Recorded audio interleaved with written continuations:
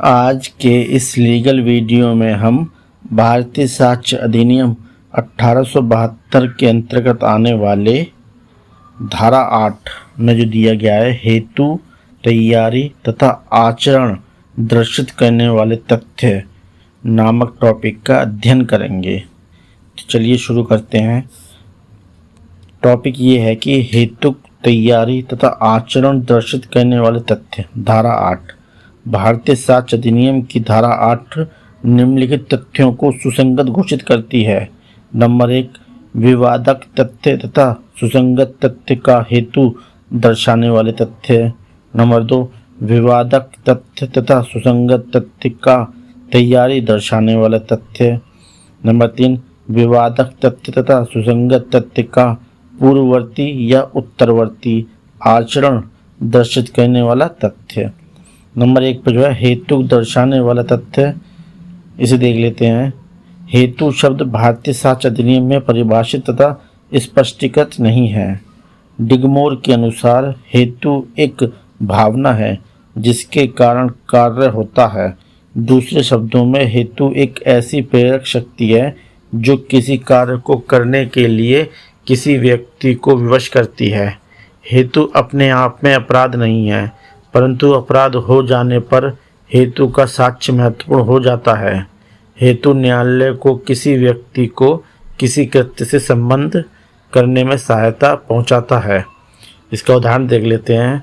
एक विधवा जिसके पास दौलत थी, उसकी हत्या हो गई, जिसके लिए एक नज़दीकी संबंधी पर मुकदमा लाया गया। यह तथ्य कि मृत्यु के बाद जायदाद उसे ही मिलनी थी सुसंगत माना गया, क्योंकि इससे स्पष्ट होता था कि सारी दुनिया में केवल वही एक ऐसा व्यक्ति था जिसके दिमाग में ऐसी विधवा को मार डालने का हेतु रहा होगा।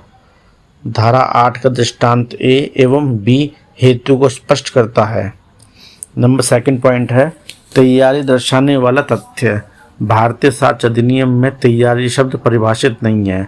सामान्यतः तैयारी किसी कार्य को करने के लिए साधन जुटाने तथा व्यवस्था बनाने का संकेत करती है। कुछ आपवादिक मामलों को छोड़कर तैयारी स्वयं में एक अपराध नहीं है। यदि कोई व्यक्ति किसी अन्य व्यक्ति को मार डालने के लिए पिस्तौल खरीदता है या किसी मकान को जला डालने के लिए माचिस खरीदता है तो यह कोई अपराध नहीं है, लेकिन एक बार अपराध हो जाने पर तैयारी का साक्ष्य महत्वपूर्ण हो जाता है। इसका उदाहरण देख लेते हैं।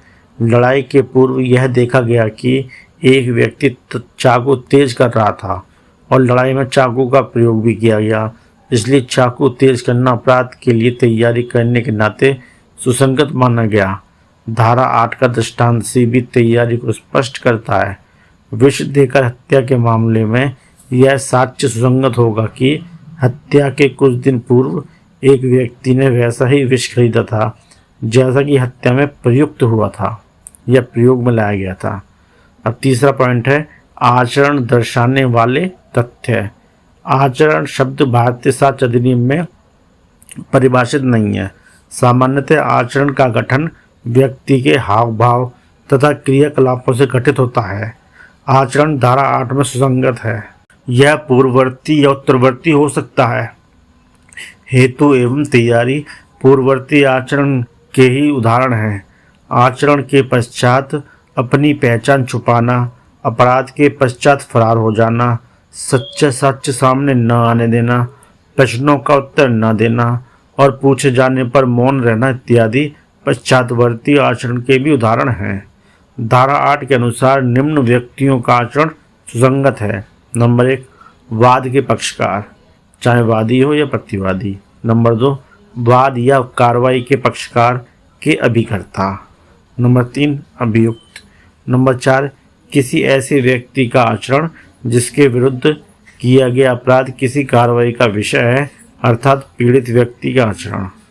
उपरोक्त व्यक्तियों का आचरण निम्नलिखित 2 संदर्भों में सुसंगत है। नंबर 1, वाद या कार्रवाई के संदर्भ में। नंबर 2, वाद या कार्रवाई के विवादक तथ्य या सुसंगत तथ्य के संदर्भ में। दोस्तों, उम्मीद करता हूँ ये टॉपिक आपको पसंद आया होगा। आपकी सहायता एवं सहूलियत के लिए इस टॉपिक का PDF लिंक वीडियो के नीचे डिस्क्रिप्शन में है। आप चाहे तो वहां से PDF फाइल डाउनलोड कर सकते हैं। साथियों, अगर वीडियो पसंद आया तो लाइक और सब्सक्राइब कीजिए।